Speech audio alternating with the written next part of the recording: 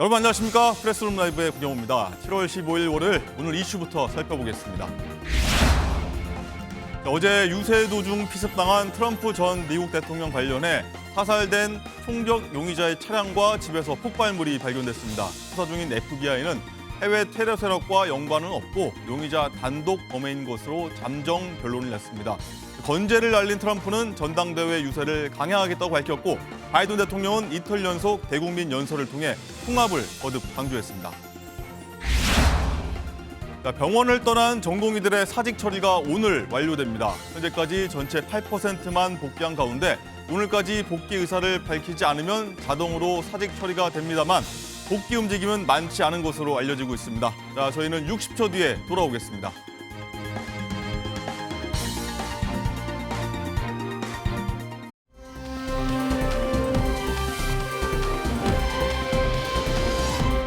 자, 레이건 이후 43년 만에 발생한 미국 전 현직 대통령 상대 총격 테러라고 합니다. 미국 대선판도 요동치고 있는데, 자, 강준영 한국외대 국제지역대학원 교수 모시고 분석하겠습니다. 안녕하십니까? 네, 안녕하세요. 자, 보셨다시피 굉장히 충격적인 일인데 총격범이요 유세장에서 한 130m 떨어진 곳에서 8발을 쐈다고 하더라고요. 그 상식적으로 잘 이해가 안 되죠. 예. 어쨌든 저 대통령 후보 유세고 전직 후보, 대통령이고 그런데 그 연설하는 데서 130m, 150m, 뭐 100m 뭐 아주 가깝잖아요. 예. 그런 데가 과연 체크가 안 됐어야 되느냐에 대해서 이제 문제가 많이 있고 왜냐하면 저쪽에는 비밀경호국의 그 카운터 저격수들이 있었잖아요. 예. 그러니까 당연히 그러면 저쪽도 방비를 했어야 되는 거 아니냐. 이제 그런 것 때문에 경호 실패 얘기가 나오고 있는데 예. 그리고 또 뭐 많이 나오는 얘기가 어떤 사람이 총을 들고 저기를 올라가고 있어서 얘기를 했는데 뭐 무시했다. 이러다 보니까 네, 이게 뭐 이제 청중이 얘기했다고 예, 하죠. 청중이 얘기했는데 그게 너무 이제 얽혀가지고 뭐 음모론이다, 자작극이다. 네. 뭐 이제 아주 사실 저희가 세계를 이끄는 미국이라는 나라의 그 어떤 흐름 이런 걸 보면 미국이 저러면 안 될 것 같은데 네. 라는 이제 그런 생각을 너무 많이 많은 들게 분들이 해서 그렇게 생각하셨습니다. 내부적으로 무슨 뭐 좌우가 분열이 돼서 이런 것보다도 전 세계에 뭔가 정제되지 않은 뭐 이제 이런 분위기를 준 것 같아서 예. 그런 게 좀 안타깝습니다. 알겠습니다. 말씀하신 부분 하나씩 살펴볼 텐데 리포트에서 봤지만 사살된 총격범이요 이제 백인 남성인데 이런 일을 벌였습니다. 20살 공화당원이라고 합니다. 네. 뭐 어느 나라나 다 마찬가지입니다만은 그 공화당원으로 등록이 돼 있고 후보자를 지지하더라도 개인적으로 뭐 나는 지금 후보가 싫다 이럴 수도 있고 예. 근데 이제 바로 1분 만에 사살이 됐기 때문에 지금 아마 그 트위터라든지 SNS라든지 저 범인의 그 소위 핸드폰이나 이런 걸 이제 아마 검색을 하고 그러고 있는 걸로 알고 있어요. 그걸 네. 봐야 이제 성향이 나올 것 같은데. 네, 포렌식을 한다든가요. 네. 근데 이제 문제는 뭐냐 하면 범인이 어쨌든 총격을 가한 사람이 이제 죽었으니까 이거 뭐 억측이 난무할 수밖에 없는 예. 그런 이제 구조가 돼버리는 거죠. 만약에 뭐 트럼프 대통령까지 잘못됐으면 뭐 이거는 이제 영구 미제 사건인 거죠. 아주 예. 쉽게 얘기하면. 그러나 이제 지금까지의 어떤 흐름으로 보면 뭐 배후에 어떤 특정 단체가 있거나 그런 건 아닌 것 같다. 뭐 단독 순전히. 범행이다, 일단 개인이 FBI는 한 것 잠정 같다 결론. 정도 이렇게 얘기를 하고 있고 백인이고 실제로 그 무슨 뭐 그쪽이 백인 마을이라고 그래요. 뭐 살고 있는 데가 그리고 조금 더 밝혀진 거는 그 요양원에서 이 식사 서비스를 하는 사람이고 특별히 정치적 성향이나 이런 거를 평소에 밝히지 않았었다. 이렇게 얘기를 하니까 좀 더 예. 지켜봐야 될 것 같습니다. 그건. 그렇군요. 어쨌든 이 모습을 보던 청중 한 명이 안타깝게 사망을 했는데 네. 사연 들어보니까 굉장히 좀 안타깝더라고요. 그 사실은 이제 미국의 유세장이라는 게 우리가 볼 때는 굉장히 자유롭지만 경호를 뭐 매중으로 하고 그러지 않습니까? 뭐 입장할 때. 입장할 때도 그렇고 사실 내부를 들어갈 때는 보통 뭐 3시간, 4시간 이렇게 기다려야 신분증 다 확인하고 이러고 갈 수 있다고 합니다.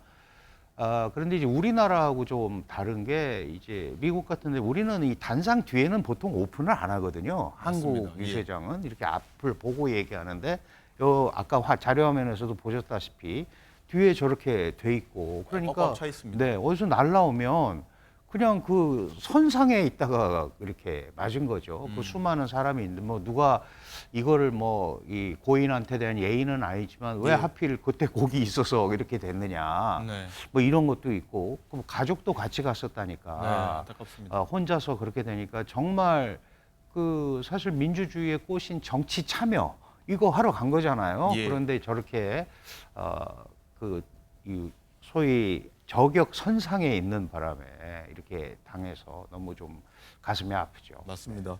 어쨌든 이번 사건 터지면 아까 말씀하셨던 것처럼 음모론까지 좀 등장을 하고 있는데 뭐 이번에 일부 정치인도 동조해서 논란이라서 이번 사건 파장이 좀 꽤 길게 갈 것 같습니다. 그렇습니다. 뭐 기본적으로 이미 그 앞에 보도에서도 다 나왔습니다만 이런 사건이 나오면 아 이거는 배후에 누가 있는 거다 아니다 자작극이다 이렇게 하게 돼 있어요. 예. 그리고 어쨌든 지금 굉장히 그 바이든 트럼프 이 두 후보 간에 박빙이란 말이죠. 사실은 뭐 당선 가능성이 높다 이러지만 어쨌든 지지율로는 박빙입니다. 예. 물론 이제 미국의 선거인단 제도라는 것이 특별히 이긴 한 표라도 이기면 다 가져가는 거기 때문에 선거인단 표로는 굉장히 많이 차이가 나지만 한국과 좀 다른 예, 선거죠. 지지율 자체는 굉장히 이제 박빙인데 이 박빙 상황에서 이런 게 벌어지니까 아, 이게 특히 이제 트럼프 같은 경우는 바이든을 비판을 하면서 미국이 너무 나약해졌다. 이 얘기를 계속 했어요. 예. 이게 이제 소위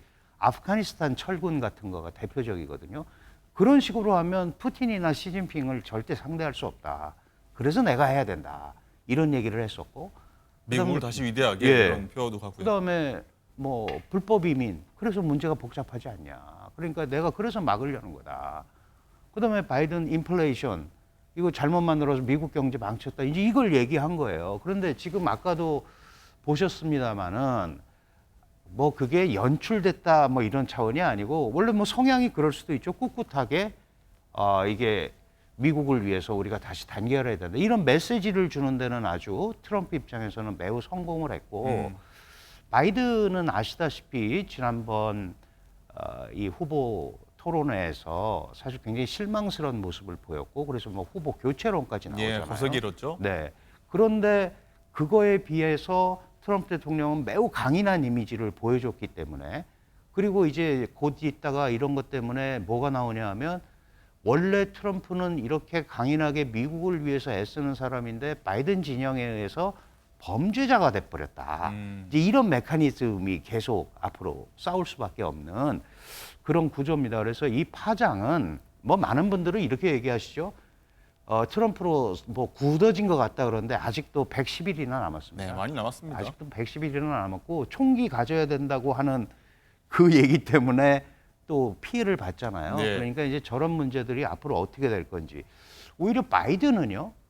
그 지금 후보 교체론에서 이런 사태가 나오니까 그 얘기는 약간 들어갔어요. 그러니까 일부 전열을 정비할 수 있는 그런 시간을 또 나름대로 확보할 수도 있다. 네. 그래서 이제부터 본격적으로 시작인데 어쨌든 지금 컨벤션 효과 차원에서는 그 저 인구에 회자되는 저 사진이 그렇잖아요. 마치 저 사진 미국을 정말 우리나라뿐만 아니라 전 세계 그렇죠. 일면 신문 일면 미국을 지키는 상징적인 차원에서 예. 그래서 상대적으로 바이든은 더 나약해지는 어허. 분위기 이런 걸 대비되는 거기 때문에 그런 면에서는 어쨌든 그 사는 것도 천우신조고 저게 무슨 연출한다고 되는 건 아니잖아요. 그렇죠. 예, 그런 성향을 목숨을 걸고 연출할 예. 수 없는 거죠. 갖고 있는 거가 드러난 게 아닌가. 어쨌든 저 주먹 꽉 쥔 지금 나가고 있는 사진을 보면 그래도 일단 당장의 어떤 지지율 효과, 상승 효과는 거둘 수 있지 않을까는 얘기가 있는 것 같습니다. 네네. 그 지금 이제 필라델피아,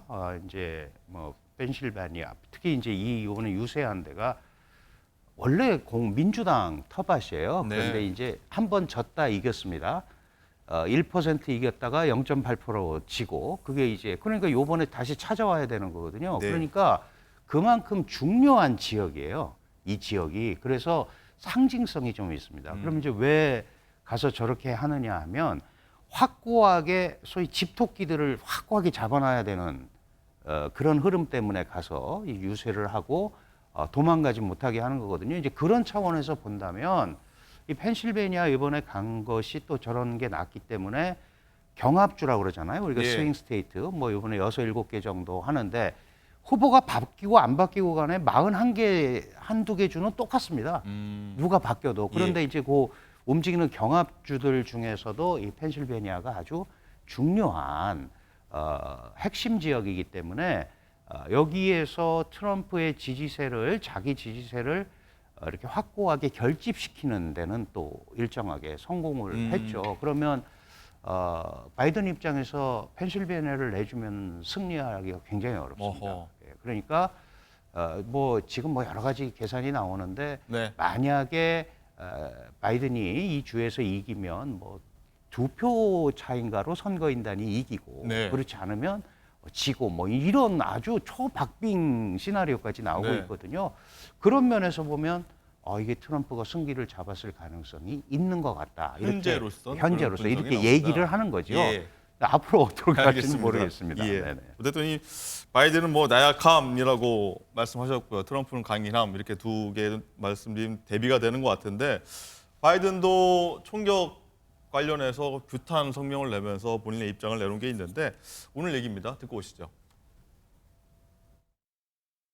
Unity is the most elusive goal of all, but nothing is important than that right now. Unity. We'll debate and we'll disagree. That's not going to change.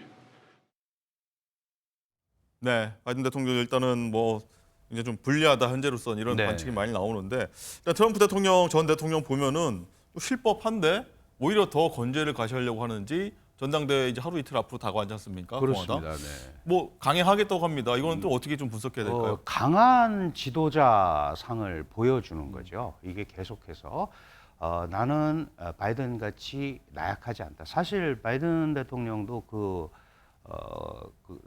후보 토론회 이후에 그 다음 날 유세장에 가서는 굉장히 정상적인 모습을 보였고 예. 그 이후 행보는 그래서 약간 만회하는 아하. 흐름이 보였었는데 이제 이런 사건이 나니까 나는 확실하게 바이든과 다른 건강한 육체와 정신을 가지고 있다. 강한 미국을 만들 수 있는 대통령이다. 그래서 지금 네거티브 선거 전략이 아니고 상대방을 욕하는 게 아니고 이 김에 우리 미국을 위해서 이제 이런 식으로 가는 거죠. 그 바이든 대통령도 지금 방금 성명을 발표하면서 통합이 중요하다라고 예. 얘기하는 게 트럼프가 범죄자다 아니다 뭐 우리가 저 사람 믿고 갈 수 있느냐 이런 얘기를 하는 게 아니고 일단 통합이라는 걸로 그래서 전체적으로 보면 미국 선거가 약간의 냉각기 길지는 않겠지만 예. 약간의 냉각기를 가질 수 있고 특히 지금 바이든도 뭐 후보 교체 얘기하는데 사실은 별다른 뾰족한 방법이 없습니다. 뭐 정치 자금도 다 모았고 미국 민주당에서는요. 예, 다른 사람이 온다고 그래서 뭐 기본 틀이 변하는 건 아니니까. 근데 시카고에서 이제 다음 달쯤에 이제 후보 수락을 해야 되거든요. 예. 바이든도 지금 트럼프는 18일 날 해야 됩니다. 하고 이제 부통령도 지명해야 되고 이제 본격적인 선거전으로 가는 거니까 어떻게 미국의 유권자들을 설득하느냐가 이제 지금부터 시작이다. 저는 그렇게 알겠습니다. 하나 더 여쭤보면요. 이번 테러뿐만 아니라 최근 보면은 전 세계적으로 우리나라 마찬가지입니다.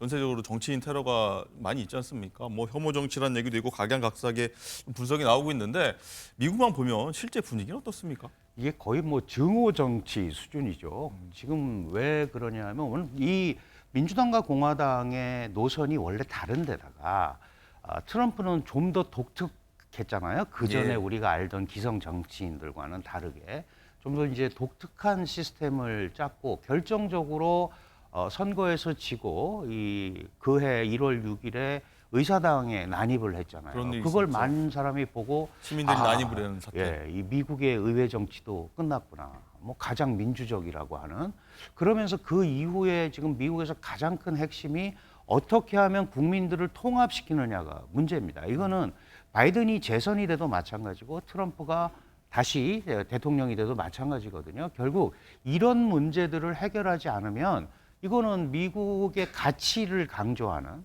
미국이 세계를 이끈다. 물론 이제 바이든과 트럼프는 그 정도의 차이는 있지만 예. 이런 부분에 결정적인 손상이 올 수 있습니다. 그래서 이런 부분을 어떻게 잘 수습을 하고 담느냐. 그리고 또 많은 분들이 사실 정치적인 불감증에 걸린 사람들이 많아요. 내가 어떻게 해도 이거 뭐 이대로 갈 텐데 무관심 그룹이 많이 생겨나고 있거든요. 예. 이제 이런 부분들을 소위 미국 정치를 우리가 참여 정치라고 그러고 뭐 민주 정치의 꽃 뭐 이렇게 얘기를 하는데 물론 이제 내부적으로 문제는 있습니다만은 그런 부분을 빨리 정치적으로 좀 이 회복하는 거 이런데 좀 그 트럼프든 바이든이든 민주당이든 공화당이든 좀 신경을 써야 되지 않나 이렇게 생각합니다. 알겠습니다. 하여튼 잘 말씀해 주셔갖고 이번 사건 그리고 앞으로 전망까지 이해하는 데 도움이 됐던 것 같습니다. 교수님 감사합니다. 고맙습니다. 고맙습니다.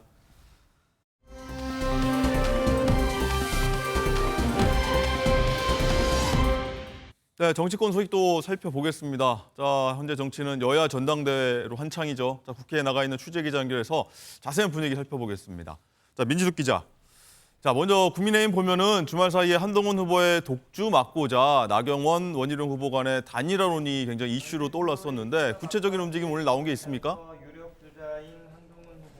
네, 지난주와 분위기가 사뭇 달라진 건 사실입니다. 나경원 후보 조금 전 국회에 나와서도 당원들은 1년짜리 당대표를 원하지 않는다며 대권 주자인 원희룡 후보를 향한 견제구를 날렸습니다.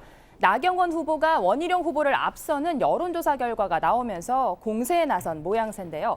앞서 단일화 언급 자제를 요청했던 원희룡 후보도 물러서지 않고 있습니다. 결국 원희룡 의원께서 저를 지지해 주시지 않을까 이렇게 생각을 합니다. 사실상 좀 지지율이 많이 빠지고 있는 추이로 보이기 때문에. 한마디로 말씀드리면 정치는 생물이다. 돕게 되면 나 후보가 저를 돕게 될 것이다. 근데 굳이 이런 얘기를 별로 하고 싶지 않다. 하지만 이제 8일이란 시간밖에 남지 않은 만큼 현실적으로 1차 투표 전에 단일화가 이루어지긴 어렵다는 전망이 많습니다. 당내에선 그보다는 만약 결선 투표로 갈 경우를 대비한 연대를 지금부터 모색할 가능성이 크다는 관측이 나옵니다. 네, 결선 투표 대비한다 이런 얘기군요. 자, 그리고 더불어민주당은 이 최고위원 예비 경선이 있었는데 자, 친명 후보들이 모두 통과했다 이런 평가가 나오더라고요. 그렇습니다. 현역 의원인 이성윤 후보와 친명 최측근 김지우 후보 등 5명이 탈락하고 8명이 본경선에 진출했는데요. 하지만 정견 발표 자리에서도 대다수가 정책과 전략보다는 이재명 마케팅에 집중해 친명 일색이라는 비판이 나왔습니다. 당대표는 이재명, 최고위원은 강선우입니다. 소년공 출신 이재명 대통령 시대 온라인 당원 출신 강선우 최고위원이 열겠습니다. 당원 동지들은 그런 저를 이재명의 호위무사라고 부르기도 했습니다. 이재명 대통령 후보실장으로 그 곁을 지켜왔고 민주당은 이번 주말 제주와 인천을 시작으로 합동연설회와 전국순회 경선에 나서는 등 본격적인 전당대회 레이스에 돌입합니다. 지금까지 국회 로텐더홀에서 MBN 뉴스 민지숙입니다.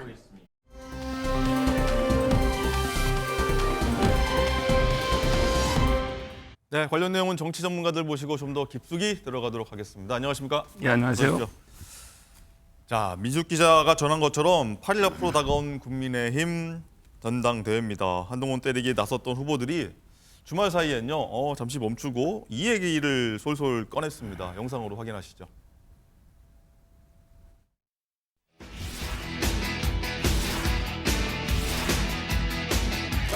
저는 무엇이든지 열려 있습니다. 특히 나경원 후보와 서로 척지지 말고. 일고의 가치가 없습니다. 원희룡 나경원 후보 연대설이 좀 나왔었습니다. 그 얘기 그만하자고요. 사퇴하시는 게 낫지 않을까. 그래서 자연스럽게 저를 도와주십니다. 돕게 되면 나 후보가 저를 돕게 될 것이다. 근데 굳이 이런 얘기를 별로 하고 싶지 않다. 존중하기 때문에.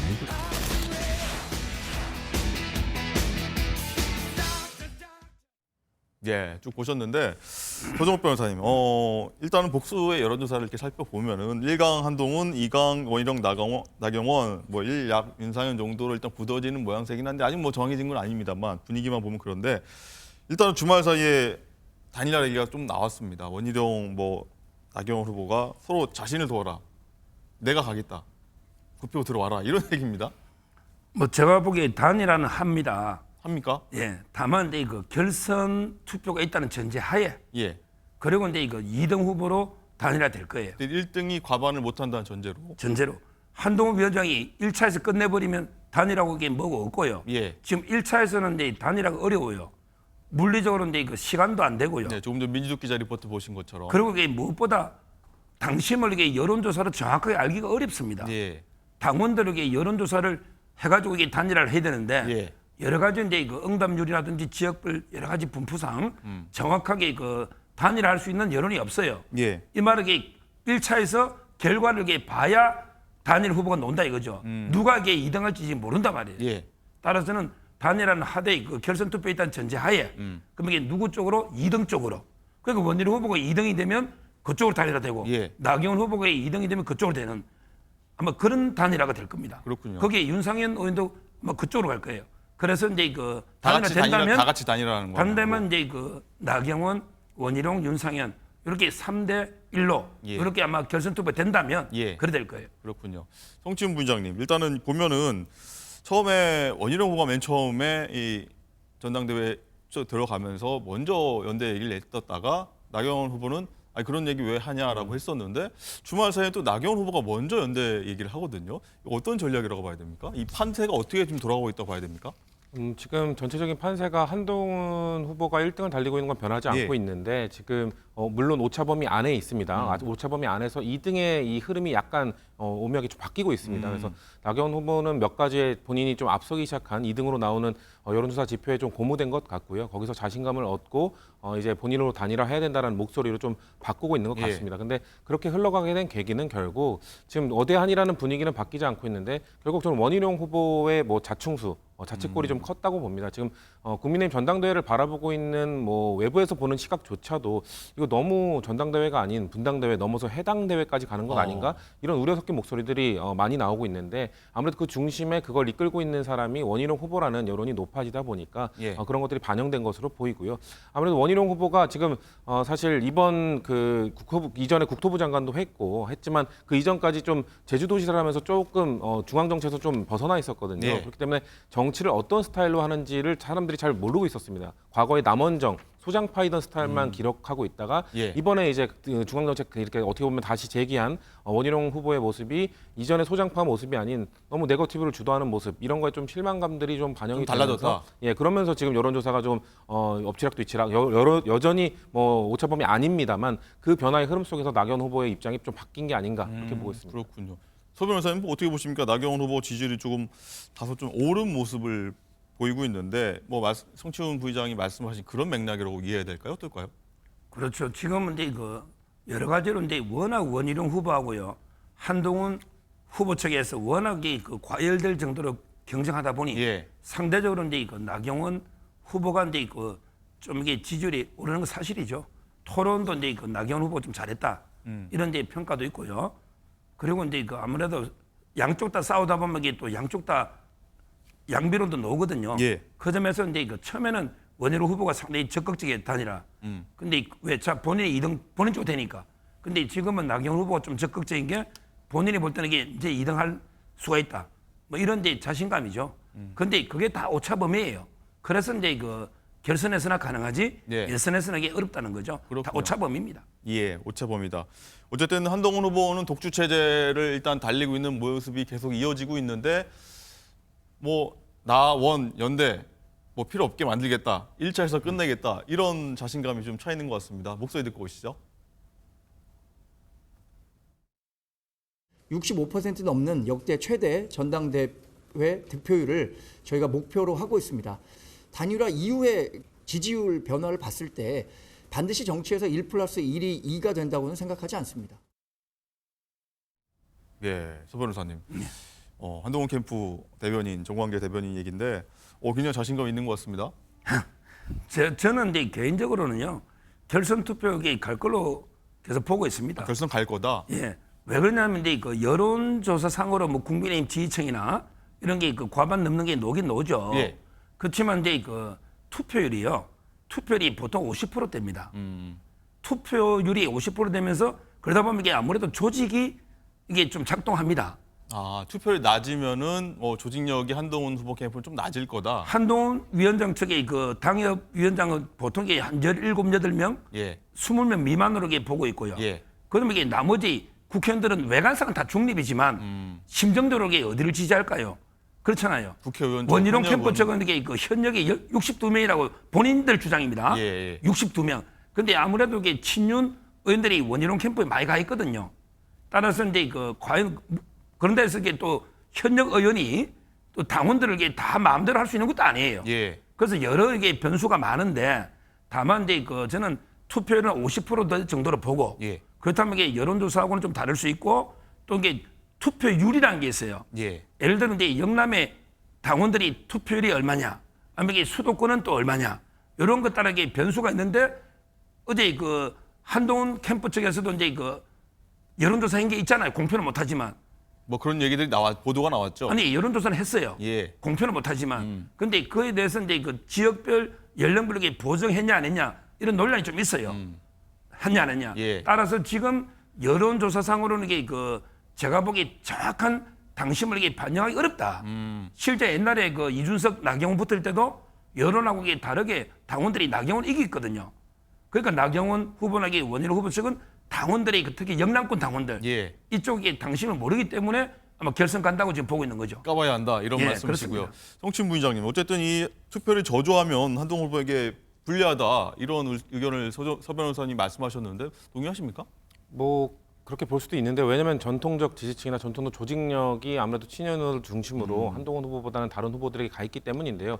저는 일단 지금 이번에 선거인단이 80만 명이 넘지 않습니까? 예. 80만 명이 넘게 되면은 투표율 한 50%밖에 안 나온다고 하더라도 그 이하라 하더라도 뭔가 조직력에 의해서 이렇게 영향력을 미칠 수 있는 거는 한계가 있다. 그리고 또 한동훈 후보 같은 경우는 일단 보수 진영에서 좀 오랜만에 나온 팬덤 정치를 갖고 있지 않습니까? 예. 이 팬덤의 조직력도 만만치가 않거든요. 그렇기 때문에 그런 기존의 전통적 조직층을 충분히 맞설 수 있는 팬덤을 보유하고 있다는 점. 그리고 저도 주변에 있는 이 보수 진영에 있는 인사들과 좀 통화를 해보면 예. 아무래도 지금 원희룡 후보로 과연 이 다음 선거 이런 걸 이끌어 갈 수 있겠냐. 지금 워낙 이번 선거를 통해서 네거티브 이런 이미지 손상을 많이 입었기 때문에 지금 보수 진영이 원하는 거는 누가 이기냐 이런 것보다 누가 보수 진영을 이끌어서 저희 민주당과 싸울 수 있겠느냐 요거를 고민을 하고 있는 건데 원희룡 후보가 그 모습을 보여주지 못했다. 나경원 후보도 그렇고 다른 후보들이 여타 후보들이 그런 모습을 제대로 보여주지 못했기 때문에 아무래도 이 반전을 할 수 있는 그런 카드는 없을 것이다라는 예측들이 많은 것 같습니다. 그렇군요. 다른 의견도 주셨고요. 서 변호사님, 어쨌든 말씀하셨다시피 어제인가요? 이 한동훈 캠프가 자체 여론조사의 경우에 이제 다른 후보를 누르고 60%대 지지율을 올릴 것이다. 이런 게 보도가 됐습니다. 그래서 이게 굉장히 좀 말이 좀 많이 나오고 있는데 여론조사 공표 금지 위반으로 볼 수 있는 겁니까? 원래는 이제 공표하면 안 되고요. 예. 아마 이제 어느 측에서 한동훈 캠프에서 놓는지 아니면 이게 또 여론조사 기관도 있고 언론사가 있잖아요. 예. 어디서 나왔는지 조사는 해봐야 돼요. 누가 유출을 한 거냐? 누가 취재를 해서 그걸 얻어낸 이게 거냐? 나경원 캠프하고 원희룡 캠프에서 이제 그 당 선관위에 이미 제소를 했거든요. 따라서 이제 어디서 유출이 됐는가 이거는 이제 조사해봐야 되는데 제가 이제 그 들어오기 전에 여론조사 리얼미터나 전문가들 있잖아요. 몇 분하고 통화를 해봤더니 네. 보통은 이제 국민들 상대로 여론조사할 때는 보정을 해야지 이게 그 등록이 돼요.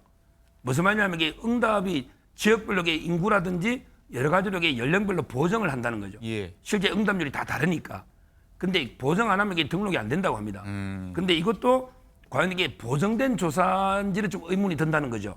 유출과는 별개로 이제 보정된 예. 조사 자체도 이게 의문이다. 뭐 60%대가 넣었다 치고 예. 그럼 이게 과연 영남 수도권 이게 인구 대비 또는 이게 연령 대비 이게 다 보정이 됐는가? 아니면 이게 그냥 물어서 답변한 대로 이게 그대로 이게 놓은 건지. 네. 이 부분은 이게 어차피 등록하는 게 아니고 캠프의 참고용이잖아요. 그거는 이게 확인해 봐야 된다. 따라서 이제 보정이 안 됐다면 이것만 가지고 이게 믿기도 어렵고요. 저는 개인적으로 이게 두 번째 개인적으로는 이렇게 비밀로 할 필요가 있나? 왜 이미 80만 명이 넘잖아요. 그러면 이게 아예 여론조사 기관에도 자료를 줄 수 있잖아요. 이미 캠프에 주거든요. 안심번호로 83만 명. 그래서 이게 원희룡 캠프도 조사한다잖아요. 예. 이렇게 할 바에는 차라리 뭐 갤럽이든 리얼미터 어디든 차라리 83만 명 줘서 아니 국민의힘 지지층 여론조사 이렇게 판단하지 말고 예. 아니 전문기관에서 제대로 되게 보정 다 해서 네. 제대로 이게 국민 알 권리상 발표하게 하고 다만 이게 선거 뭐 며칠 동안만 금지하면 우리 일반 선거처럼 총선 대선 이게 때처럼요? 국민 알 권리 맞지 않나? 예. 지금 이게 너무 눈 가리고 앙호하는 것 같아요. 알겠습니다.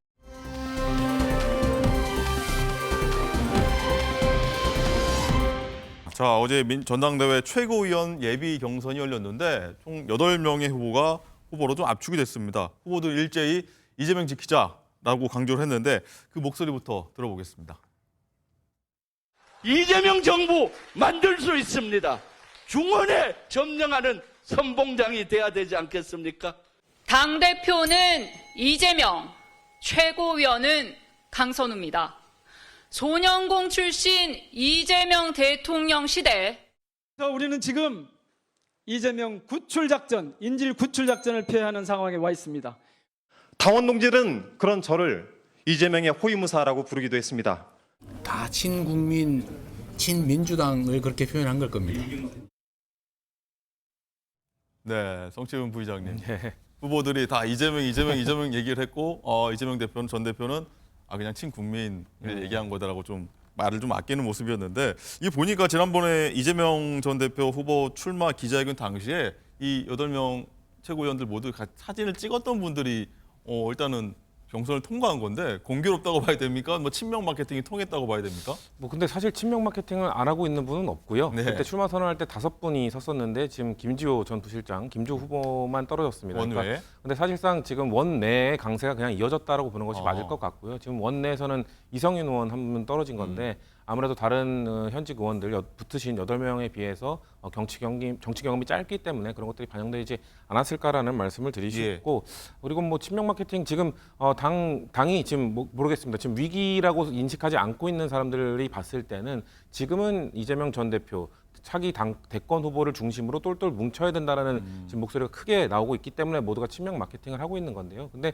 이런 것들이 좀 우려의 목소리도 일부 있습니다. 왜냐하면은 이 당의 위기가 왔을 때는 최고위원이라는 게 원래 당 대표와 좀 다른 색깔들도 섞여 있고 이렇게 당원주의가 좀 보장될 수 있는 그런 다양성 목소리. 그렇죠. 다양한 목소리가 반영되어야 그렇기 때문에 나중에 당의 위기가 왔을 때 그런 다양한 목소리가 그런 방어 논리로서 좀 발현될 수 있는 건데 지금 너무 한 목소리만 가는 것 아니냐. 지금 우리가 워낙 국정 운영을 못하고 있는 윤석열 대통령의 반사작용으로 위기가 아니기 때문에 이러고 있는 건데 그런 우려의 목소리도 있다는 말씀을 좀 드리고 싶습니다. 또 하나 여쭤보면요, 성춘 부위원장님. 이 민주당 의원들이 이제 지역구민 대상으로 했던 의정 활동 보고가 이재명 후보 팬카페 여기서 많이 보고가 올라간다 하더라고요. 이런 현상은 어떻게 봐야 됩니까? 아무래도 팬덤 정치가 강화되다 보니까 거기에 이재명 대표의 강한 팬덤에 좀 도움을 얻고 싶은 사람들이 지금 그런 모습들을 보이고 있는 것 같은데요. 근데 거기엔 장단이 있겠죠. 그렇게 되면은 만약에 나중에 본인의 목소리를 내고 싶을 때 아니면 본인 또 다른 정치를 하고 싶을 때 그 지지층의 선택을 받지 못하면 그 꿈을 펼칠 수 없게 될 겁니다. 그리고 나서 좀 이 지지를 받고 그들의 지지를 등에 업고 또 최고위원에 올라갔는데 이제 내 정치를 하겠다고 갑자기 다른 목소리를 내게 되면 또 그들로부터 또 공격을 받게 될 것이기 때문에 이건 장단점이 있는 겁니다. 그런데 뭐 정치인들이 본인의 그 단점들이 있겠지만 그럴 것들을 다 감수하고 선택한 것이기 때문에 뭐 그들의 선택은 뭐 존중해줘야 된다고 생각합니다. 알겠습니다. 여야 정치권 소식 여기까지 듣도록 하겠습니다. 말씀 감사합니다. 감사합니다.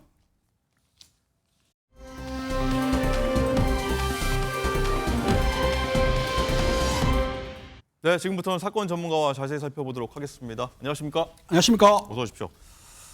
자, 이른바 김어중 수법을 이용한 사건이 잇따라 발생하고 있습니다. 자, 김은배 팀장님. 정말 따라할 게 없어서 이런 걸 따라합니까?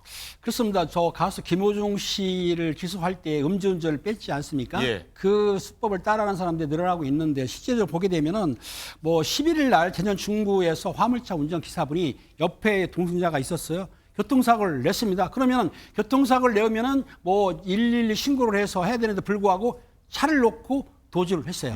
그리고 나중에 출두해서 뭐라 했냐면 술을 조금 먹었습니다. 이 말을 했어요. 먹었다고는 했습니까? 했습니다. 근데 측정을 해봤더니 음주 측정 수치가 안 나온다. 왜냐하면 술을 먹고 도주해서 시간이 한 7시간, 10시간 지나면 음주가 안 나오잖아요. 그렇죠. 처벌할 수가 없는 거예요. 또 뿐만 아니라 그 13일 날 부산 해운대에서 그 벤츠 차량이 가로수를 들이받은 적이 있죠. 가로등을 들이받았는데 당시에도 그 벤츠 차량이 그 가기 전까지는 비틀비틀했다고 하는데 사고 낸 뒤에 택시를 타고 도주를 했어요.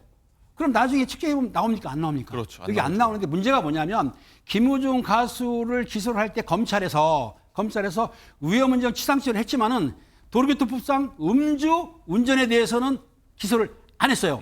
경찰에서는 어떻게 했냐면 김우중 씨도 술 먹었다고 했고 또 그리고 술 3병 먹은 거 소지를 확인해가지고 위드마크를 적용을 해서 그거를 검찰에 기소 의견으로 했는데 검찰에서는 이거 측정을 안 했잖아. 아니면 체열도 안 나오잖아. 그럼 나가면 무죄 받겠네? 해서 기소를 아예 안 했단 말입니다. 재판부의 판단을 안 받았어요.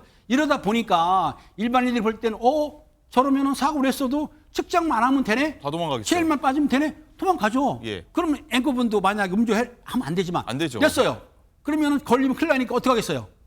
본인은 도망갑니까 안 갑니까? 저한테 물어보지 마십시오. 아, 그럴까요? 예, 답을 할 수가 앵커님은 없습니다. 술을 안 먹으니까 어떻든 간에 사회 저변에 이 생기는 이유는 뭐냐면 측정을 해야 되고 체를 해야만 수치가 나와야만 재판에서 처벌받기 때문에 아마 그런 거를 피하기 위해서 사고를 냈을 때 많이 도망간다. 네. 이러기 때문에 교통경찰이나 수사기관에서는 매우 난감한 상황이 되는 것이죠. 그렇습니다. 저도 좀 난감한데 어쨌든 대책 마련이 좀 시급해 보입니다. 일단은 임지혜 변호사님, 일단은 일명 김호중 방지법이라는 게 국회에 좀 발의가 돼 있는데 이거 빨리 처리 안 하면 다 따라하게 생겼습니다. 그렇습니다. 앞서 말씀 주신 것처럼요. 일단 음주 현장을 이탈해버리는 것, 그럼으로써 측정을 회피해서 어떤 이 범죄 처벌을 피하는 것도 문제가 되고 추가적으로 일명 술타기라는 수법도 지금 문제가 되고 있습니다. 예. 그러니까 이제 음주하고 어떤 사고 현장에서 고의로 이탈한 이후에 이성적이지 못한 판단 같아 보이지만 추가로 더 술을 마시는 겁니다. 그렇게 되면은 이후에 이제 검거가 돼서 음주 측정을 하더라도 이것이 사고 당시에 한 음주가 아니라 이후에 추가로 음주한 것이다. 이런 식으로 핑계를 대놓고 대면서 편의점 가서 막 술 먹고 CCTV 일부러 찍히고요. 그렇죠. 그렇다면 결과적으로 또 다시 한번 정확한 그 수치가 나오기 어렵기 때문에 처벌을 피하는 그런 수법으로 활용이 되고 있거든요. 예. 이와 관련해서 현재 국회에서도 일명 술타기가 확인될 경우에는 5년 이하의 징역, 2천만 원 이하의 벌금에 처하자는 내용의 도로교통법 개정안 2건이 계류가 되어 있고요. 이와 별도로 대검찰청에서도 음주 측정 거부죄와 동일한 형량으로 이렇게 음주 측정을 방해할 목적으로 추가적으로 음주하는 행위를 처벌해달라는 그런 규정에 대해서 마련할 것을 촉구하고 있는 상황입니다. 네, 국회 지금 여야 전당대회다 뭐다 또 각종 상임위에서 정쟁하는 거 알겠는데 이런 거 빨리 법안 처리 안 하면은 다 도망가게 생겼습니다. 빨리 처리가 필요할 것 같습니다.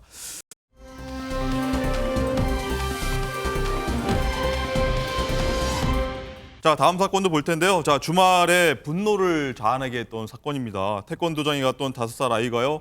의식불명이 되어 돌아왔습니다. 누구 때문이냐고요? 태권도장, 그 관장 때문입니다. 자, 어떤 사건인지 파헤쳐보기 전에요. 어제 구속 심사 당시 이 태권도 관장 모습부터 보고 오겠습니다. 고의성 여전히 부인하고 계세요? 지금 이유 없이 장난치신 건가요? 전에도 피해 아동 학대했다는 참고인 진술인데 그건 사실인가요? 다른 아동한테 그런 적 없으신가요? 네, 임지혜 변호사님, 이 주말에 이게 있고서 소식 들리고 나서 자녀분 부모 그리고 손자 손녀분 할머니 할아버지 굉장히 많은 분들이 불만 그리고 어떻게 이런 일이 있을 수 있냐라고 안타까워했는데 어떤 상황인지 설명 좀 부탁드릴게요. 그렇습니다. 이 참담한 사건이 또 발생을 하고야 말았습니다. 지금 피해 아동이 2020년생입니다. 정말 어린 아이인데요. 이 사건은 지난 12일 오후 7시 20분쯤 한 태권도장에서 발생을 했습니다. 태권도장에서 이 말아놓은 매트, 그러니까 말아서 세워놓은 매트에 지금 5살에 불과한 이 피해 아동을 관장이 거꾸로 이제 넣어놓은 채 10분 이상 방치해 두었다 이런 혐의를 받고 있습니다. 이 피해 아동은 지금 이 사건 이후에 숨을 쉬지 않는다는 것을 이 관장이 인식을 하고 그 같은 건물에 있었던 의원에 일단 이송을 했다가 거기서도 의식이 돌아오지 못하자 이제 구급차를 타고 이송이 되었는데 현재까지도 의식은 회복이 되고 있지 않거든요. 이 상황에 대해서 이제 긴급 체포가 해당 관장에 대해서 이루어졌고요. 현재 아동 학대 중에서도 이제 중상해 혐의를 받고 구속되어 있는 상태입니다. 그렇군요. 이 관장은 근데 왜 그랬다고 합니까?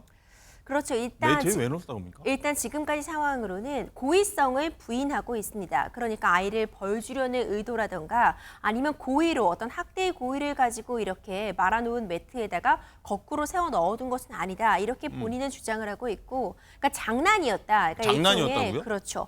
아이들과 함께 놀아주는 과정에서 장난이었다라고 말하고 있지만 지금 2020년생이거든요. 정말 작디 작은 5살, 4살, 그렇죠. 5살. 작디 작은 아이에게 과연 거꾸로서 매트에 말아 넣어서 10분 동안 방치해 두는 것이 이것을 장난으로 볼 수 있는지 이런 부분, 그리고 특히 추가적으로도 이전에도 학대가 있었다라는 진술들도 나오고 있기 때문에 조사가 좀 필요한 상황입니다. 가족분들 얼마나 애가 타가 있습니까? 김은배 팀장님. 이 관장 보니까 기자들 질문 많이 했는데 묵묵부답입니다. 사실 할 말이 없겠죠. 진술에서 장난이었다 얘기했는데 이 관장이 돌아가서 이 아이한테 심정지 뭐 병원 데리고 간 다음에 다시 돌아가서 CCTV를 삭제했다 이런 정황이 보이는데 이건 또 어떻게 해석해야 됩니까? 그렇습니다. 피의자 태권도 관장이 14일 오후 3시경에 의정부 지법에서 영장 실시 심사를 받을 때 취재진들이 물어봤습니다. 예. 장난한 거냐, 고의성을 부인하냐 물어봤더니 묵묵부답을 했습니다. 그런데 어찌됐든 간에 저 태권도 관장 피의자 같은 경우에는 아마 그 피해자가 CPR 수술을 한 것 같아요. 그 의사가 네. 할 때에 태권도장이 올라가 가지고 그 태권도장 안에는 CCTV가 있거든요. 그 CCTV를 삭제를 했다고 합니다. 그냥 범행을 숨기기 위했던 것이죠. 그런데 삭제를 했다 하더라도 경찰에서 그 CCTV를 압수하게 되면 거의 디지털 포렌식을 하거든요. 그런데 디지털 포렌식은 사실상은 그것만 하게 되면 몇 시간에 할 수는 있어요. 예. 하루면 끝날 수가 있습니다. 아직 방대하지 않으나. 그런데 문제는 경찰에서 압수하기면 절차가 필요해요. 예. 그러니까 절차하고 이렇게 그 여러 가지 문제 때문에 사실은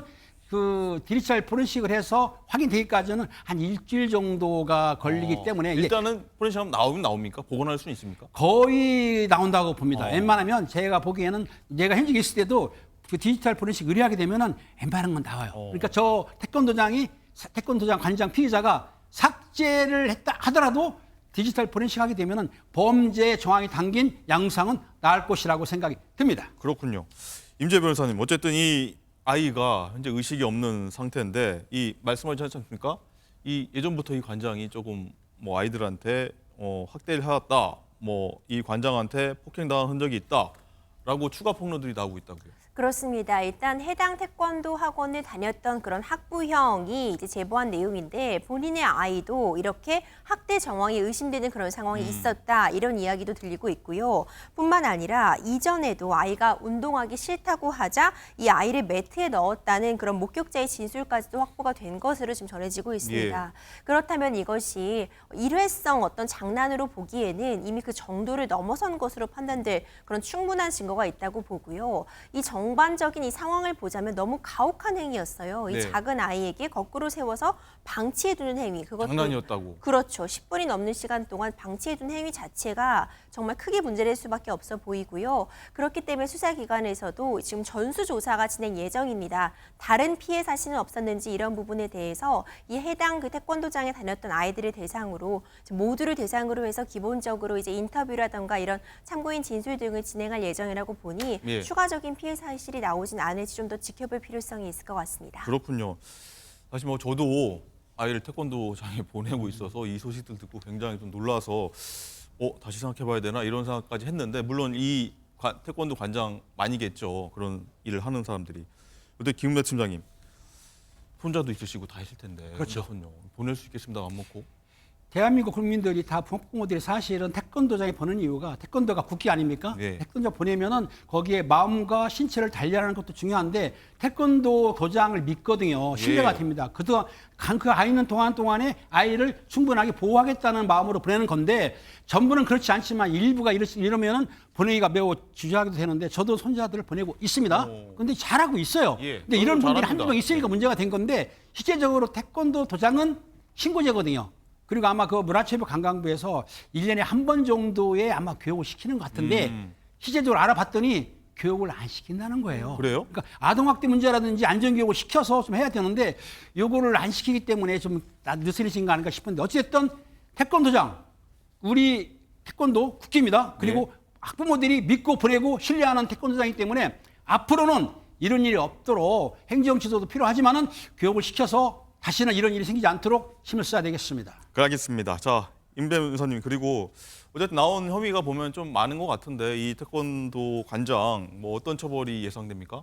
네, 이 아동학대 사건 같은 경우엔 정말 단호하게 처벌해야 된다 이런 이야기 계속 나오고 있잖아요. 관련 법들도 이제 여러 차례 개정을 통해서 이 처벌 수위도 굉장히 대폭 상향됐다고도 볼 수 있습니다. 이번 사안 같은 경우 만약 아동학대의 그런 고의성이 인정이 된다는 전제하에 그렇다면 아동학대 처벌에 관한 특례법상 아동이 중상해를 입은 경우에 해당을 해서 기본적으로는 3년 이상의 징역에 처해질 수도 있거든요. 그렇기 때문에 굉장히 높은 형량까지 예측이 가능하고 무엇보다도 지금 가장 중요한 거는 피해 아동이 좀 하루빨리 회복하기를 온 마음을 다해 저도 응원하겠습니다.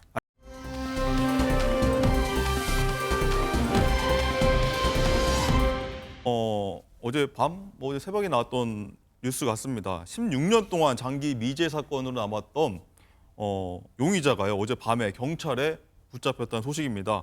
이 사건이요. 2008년도 경기도 시흥 슈퍼마켓 살인 사건입니다. 김대 팀장님, 저는 기억이 안 나는데 이게 어떤 사건이었습니까? 예, 기억을 돌려보시면 내용이 뭐냐면 피해자는 2008년도입니다. 2008년도 12월 9일 날 새벽 4시경에 시흥 정황되어 있는 슈퍼마켓에 침입을 해서 흉기로 점주를 살해한 뒤에 금품을 훔치고 도주를 했는데 예. 당시에 저 보시다시피 저 피의자의 얼굴 인상착의가 찍혔습니다. 네. 경찰에서는 쉽게 검거할 줄 알고 수사를 했는데 검거하지를 못했어요. 왜냐하면 당시에 보게 되면 그 피의자의 지문이라든지 DNA가 나오면 되는데 유리폰 같은 거 나오면 되는데 그게 안 나왔어요. 네. 얼굴만 나왔기 때문에 저걸 가지고 탐문서를 했는데 그만 잡지를 못하니까 저걸 장기 미제 사건으로 넘긴 사건인데 예. 시흥서에서 장기 미제 수사팀이 생기면서 이걸 수사를 했습니다. 해가지고 16년 만에 저 피해자를 긴급 체포했습니다. 뭐 체포한 데가 제가 알기로는 뭐 경남 소재 주거지 차 안에 있다고 하는데 경남이요? 예예. 경남에 서 있었던 것이죠. 예. 긴급 체포해가지고 현장도 압수수색하고 지금 압수됐는데 저 피해자를 어떻게 잡았는지는 아직 경찰에서 발표를 안 하고 있는 상태죠. 그렇군요. 근데 얼굴이 다 공개가 됐는데 요새 같은 세상에 쉽게 잡히지 않습니까? 어떻게 저 못 잡았을까요? 이제야 잡히게 됐을까요? 그렇습니다. 사실은 경찰들이 저렇게 공개 수배는 하지만 얼굴 하는 이유가 뭐냐면 지문 같은 게 있으면 지문은 자기 인적사항이 나오지 않습니까? 네. 아니면 DNA라든가 아니면은 그 주변에서 아는 사람이 있으면 되는데 주로 저기 없을 경우에는 탐문 수사를 하거든요. 탐문 수사를 하는데 당시에는 탐문 수사를 열심히 했지만 저 인적사항을 아는 사람이 아무도 없었는데 제가 보기에 예. 아마 저 사진을 좀 현명하게 해가지고 주변에 이제 수사를 하다 보니까 혹시 아시는 지인이 연락할 수도 있습니다. 그러면 그런 연락을 받고 첩보를 입수하게 되면 수사를 하거든요. 제가 알기로는 지금 저거 잡을 때 뭐 지문이 특별히 나와서 잡는다. 이것보다는 탐문수사, 즉 탐문수사하다 보니까 주변에서 연락이 와서 혹시 검거하지 않았을까 생각이 듭니다. 그렇군요. 자, 임재 변호사님, 살인죄는 공소시효가 폐지됐다 이런 말 제가 들었는데 이 세월이 흐른 것과 별개로 처벌까지도 다 가능합니까? 그렇죠. 이번 사건 같은 경우에도 이제 사건이 발생한 지 16년이 지난 후에야 실제 진범이 잡히게 되었잖아요. 예. 사실상 이전에는 잡을 수 없던 범인도 과학기술이 더 발전함에 따라서 이제 범인의 신원을 특정할 수 있는 그런 길이 열리고 있습니다. 그런데 우리나라는 이제 공소시효라는 것을 두고 있습니다. 세계적으로도 모두 이제 공소시효라는 개념은 가지고 있어요. 시간이 너무 지나고 나면은 어떤 그런 증거도 흐려지게 되고 처벌의 필요성이 약해지는 그런 점들이 고려가 돼서 일정 기간이 지나고 나면 공소를 제기하지 못한다는 것이 공소시효의 내용인데 네. 이전에는 이 살인죄의 경우에도 공소시효가 있었습니다. 하지만 많이들 기억하시는 것처럼 정말 안타깝게도 어린 아이가 황산 테러를 당하는 일명 태완이 사건이 있었습니다. 네. 그 태완이 사건을 계기로 해서 살인죄의 공소시효가 없어져야 된다는 그런 움직임들이 그런 힘이 모아져 2015년 7월 31일부로 이제 살인죄의 공소시효가 폐지되게 돼요. 이런 살인죄를 범한 사건의 경우에는 시간이 아무리 흘러도 공소를 제기할 수 있는 것으로 변화가 되었습니다. 예. 마지막으로 김대 팀장님, 일단은 장기 미제 수사팀이 나와 있었기 때문에 이번 사건도 해결할 수 있었지 않습니까? 그렇죠. 많은 기억들 나실 것 같습니다. 장기 미제. 이게 문제가 뭐냐면 현장 사건이 발생했을 때 뭐 형사들이 투입이 되는데 그 당시에 수사를 합니다. 하지만은 요게 범인의 인적사항을 모르게 되면은 사실은 계속 수사할 수가 없지 않습니까? 이유가 있습니다. 왜냐하면 이것만 수사하는 게 아니고 다른 사건이 생기면 또 그게 투입되기 때문에 한 가지 사건을 계속 투입할 수가 없어요. 그래서 그 장기 미제로 넘기게 되면은 사장되는 수가 많았는데 장기 미제 사건 수사팀을 뭐 창립을 하면서 네. 야 오래된 사건도 한번 수사를 해보자. 아까 그 임 변호사님 얘기한 대로 과학적인 또 눈부시게 발전을 했습니다. 네. 그러다 보니까 장기 미제를 하더라도 수사하게 되면은 범인을 검거할 수 있거나 해가지고 수사를 했는데 다행히도 많은 성과를 내기 때문에 필히 범인이 범행을 저지르고 도망간다. 그러면 필히 검거를 하겠다. 여기에 장기 미제 사건 수사팀의 모토이기 때문에 네. 범행을 하게 되면 꼭 잡힙니다. 알겠습니다.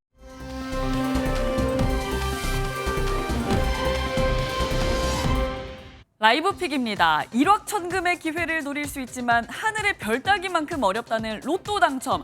그런데 무려 63명이나 이 로또 1등에 당첨되는 믿기 어려운 일이 일어났습니다. 지난주죠. 제1128회 로또 복권 추첨 당첨번호 1, 5, 8, 16, 28, 33 6자리였는데요. 해당 회차의 로또 역대 최다 당첨자 수 63명이 나왔습니다. 당첨자 중 11명은 자동 선택을, 52명은 수동 선택 방식으로 당첨됐고요. 이번에 수여되는 당첨금 총액 1,113억 6,419만 4천 원이라는 어마어마한 금액도 무더기로 나온 당첨자 탓에 1등은 각각 약 4억 1,992만 원씩, 심지어 세금을 제외하면 약 3억 1,000만 원씩 다른 회차의 당첨금에 비해서는 다소 적은 금액을 받게 됩니다. 인터넷에선 조작 아니냐, 이게 무슨 로또냐라며 조작설까지 나오고 있는데요. 하지만 동행복권 측은 번호마다 잘 찍히는 번호가 있다며 오류가 아닌 우연의 일치일 뿐이라고 밝혔습니다. 더러운 짓을 한 대가에 대해 각오해야 할 것. 김여정 북한 노동당 부부장이 대북전단을 발견했다며 또다시 경고에 나섰습니다. 김 부부장은 어제 조선중앙통신을 통해 황해북도 장풍군과 그 인접의 17개 장소에서 또다시 더러운 한국의 쓰레기와 같은 대북전단과 물건짝들이 발견됐다는 통보를 받았다며 처음으로 사진까지 공개하고 위협에 나섰는데요. 여기에 김 부부장은 반복적으로 대북전단이 발견되는 현황에 대해 거듭되는 북의 경고에도 불구하고 치졸하고 더러운 장난질을 하는 한국이라며 한국 것들은 곤혹스러운 일에 지치게 될 것이라고 추가 보복까지 예고했습니다. 탈북민 단체가 대북전단을 보내면 북한은 김 부부장 담화를 통해 위협하고 오물풍선을 여러 번 날려보내는 패턴을 보여왔는데요. 또다시 남북 간 긴장감이 고조되고 있습니다. 지금까지 라이브픽 전해드렸습니다.